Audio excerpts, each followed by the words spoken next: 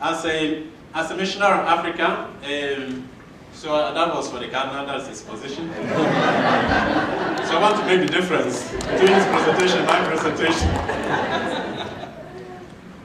So as a missionary of Africa, the commitment to justice and peace is something that has been important for us. And I would say there is an evolution in the sense that we are a society working and coming from 40 countries around the world, and we are in 21 African countries.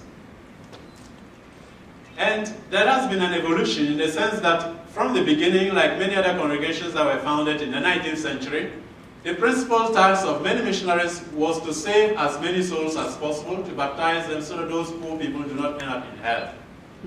And the emphasis on sacraments was very important, catechesis, etc. And it was done with good faith.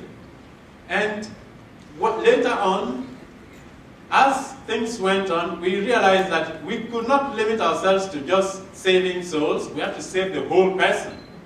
And indeed, right from the beginning, the church has been one of the pioneers in committing herself to works of development, works of charity, works of justice. And in some places, the first schools and the first dispensaries and the first hospitals have been opened by church institutions. And we can all bear witness to that in the places where we have been. So there is an evolution, we would say. Saving souls, yes. Announcing the gospel of Christ where Christ is not known, yes. But in terms, concrete terms of commitment to the person and to what liberates the person. And being attentive to what Cardinal will speak about in terms of personal dimension of sin and systems and structures that are unjust to people. And it is therefore with a conviction that we also welcomed the message of the Synod, Justice in the World, from 1971, to make justice and peace a commitment that is constitutive of being a missionary, part and parcel of what it means to proclaim the good news of Jesus. And looking through our archives and through our chapter documents, I've seen that from 1974 onwards, for example, there have been very explicit texts about how we engage in justice ministry in Africa and elsewhere. But again and again, chapter after chapter, every 6 years, there's been a coming back to that, as though to convince all of us. It's not something that people get convinced of overnight, and people getting out of certain habits is not easy. So over and over, there's been that emphasis. And if there is that emphasis, it is because it is something that is important.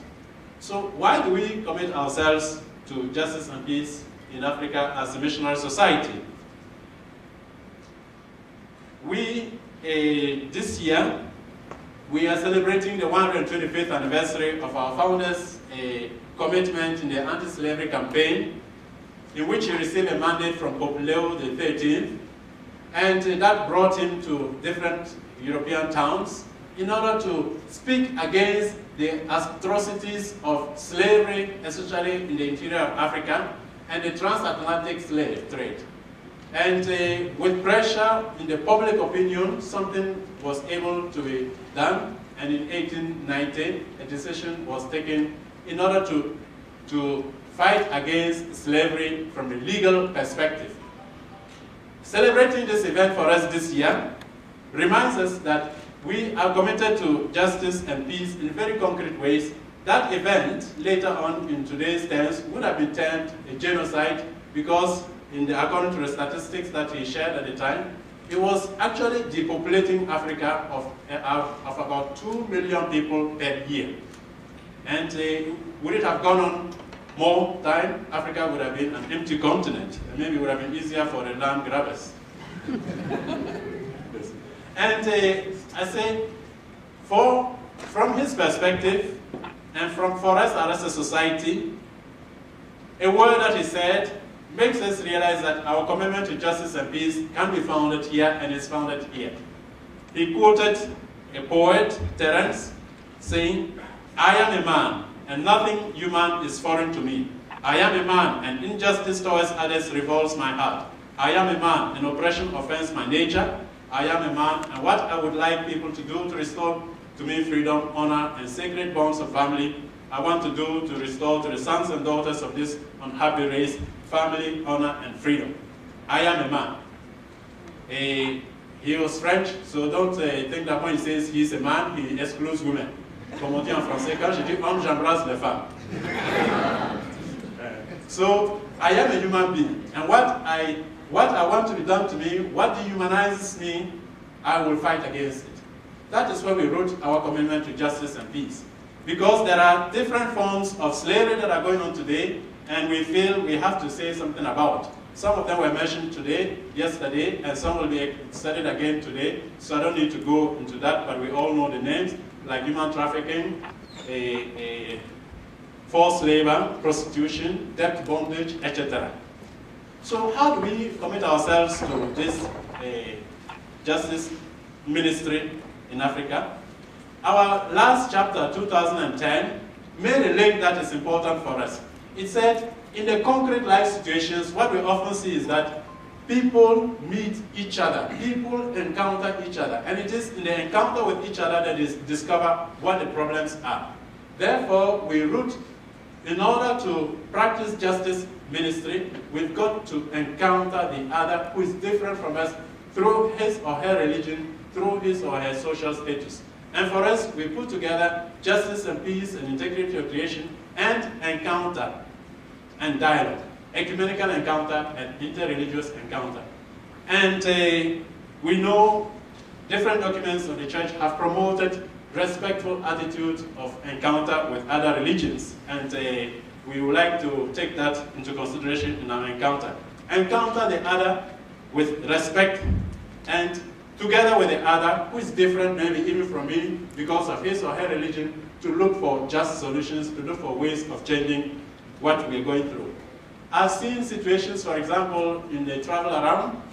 Just to quote one example, for example, in Tanzania, in a parish called Tandale, in the outskirts of Dar es Salaam, where Muslims, Christians, and African traditional religion practitioners live together in very poor conditions, and this poverty has created a solidarity among them, and they try to look through little projects how to get out of this situation through offering, for example, scholarship to young children from the area who are needy and who are intelligent in order that they can study somewhere else. Or different things, little projects on the spot in order to fight against uncleanliness and other things that are happening there. And I'm sure all of us who have been to Africa in different parts know such similar examples. We know that the services we offer, we do not discriminate, we offer them to everybody. And that is why we say encounter and dialogue have to precede commitment to justice and peace, because we are all human beings, we are all created in the image and likeness of God, and to come back to our founder, whatever dehumanizes another person, we have the duty to fight against it. And recently, one of our churches in Zender, in Niger, was attacked after the Friday afternoon prayer. It was desecrated, the statue of the Virgin Mary was thrown down, the liturgical books were burned, the statue was broken, and many things. They were even going for the presbytery to get at the conference. A couple of days after that, the first persons to come and say, we regret what has happened, this does not correspond to our faith, were the Muslim neighbors. And it is in a place where the Muslims are the majority. So that is to say, in the face of violence, in the face of intolerance, in the face of fundamentalism, we cannot make cheap generalizations that one religion equals violence, and because of that, not engage in dialogue with this religion in view of searching for just structures. And for us to help us to put justice and peace and encounter and dialogue in the forefront, we have appointed a coordinator who will help the whole society share information and look for ways of moving forward. So my last point is, where would faith-based groups like AFJN help us? We identify 3 areas and 3 ways in which we practice justice and peace and encounter and dialogue. The first area is through services. Different societies will render services to the poor, We render services to the marginalized. We render services in terms of education, health, development, etc. The second area in which we live justice and peace is accompaniment. Accompaniment of people in situations of conflict, violence, staying on when everybody else is falling out.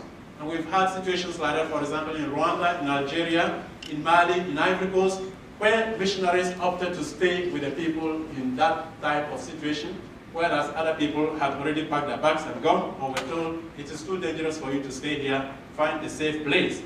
And it has meant, in some cases, paying their lives for it. In Algeria, we have lost 4 confreres who were killed in Tizuzu, and many other people of other congregations have been killed. And there is currently a course going on for the beatification, eventually, of all those pastoral agents who have given their lives for dialogue and for justice in Algeria. So that is the second area. The third area, so I will say these first 2 areas, we do not have trouble. We are sufficiently prepared through our formation in order to offer service to others, in order to offer accompaniment. But the third area, where we are less prepared, but where it is important and where AFJN has a role to play and can play for all of us, is the area of advocacy. And advocacy so that you can influence the decision makers in view of just policies and just relations with Africa. Think of a small parish. How can the parish make its voice heard at the UN? How can the parish make its voice heard even in the local government? The tools are not often there. And even how to proceed, we do not always have that. So there is an important and essential contribution that faith-based groups like AFJN can make. And we can influence individuals, and we can influence the grassroots, but we need to be able to be helped in order to say, how do we influence, and how does that influence locally go a bit higher and bear fruit? In view of that, as members of AFJN and other faith groups, we need to collaborate, and we need also to feed in the right information. To feed in the right information to AFJN and other faith-based groups so that they can act on our behalf. Where they have openings, where they have the possibility to have an influence, they can go with the right type of information. And then I would expect that in return, something comes back to the base so that we can see, has the information that has been fed in really been relevant to the point of making a difference or not? So, my brothers and sisters, as you know, the life expectancy in Africa and elsewhere has improved. AFJN is 30 years old, and in many places, 30 years old is not yet a lot. Although 30 years old in some parts of the world, you are already an old man. But 30 years old means that there is still a future ahead for AFJN, and I will pray that this future that is ahead, all of us together, we'll be able to make it something that is worthwhile by bringing our faith into our engagements and by putting Africa on the world map so that Africa will not just be consumers but producers and influencers of policies that are just for everybody and in particular for Africa. Thank you very much.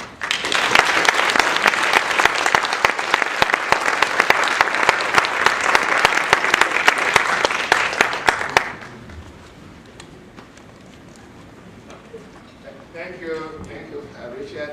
I now call on John Kleinera, who is an AFJN board member, to moderate the session. We are opening it for questions and dialogue with Father Richard.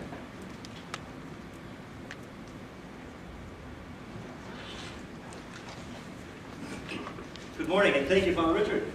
Thank you very much. So we have until about 10:15 for an opportunity for conversation, questions, comments, reflections based on what we've heard from Father Richard and his summary of the Cardinal's comments. We have 2 mics like we did last evening, and then also we have 2 mics that can be passed through the crowd. So if you prefer to stay at your seat, just raise your hand and someone will come around to you.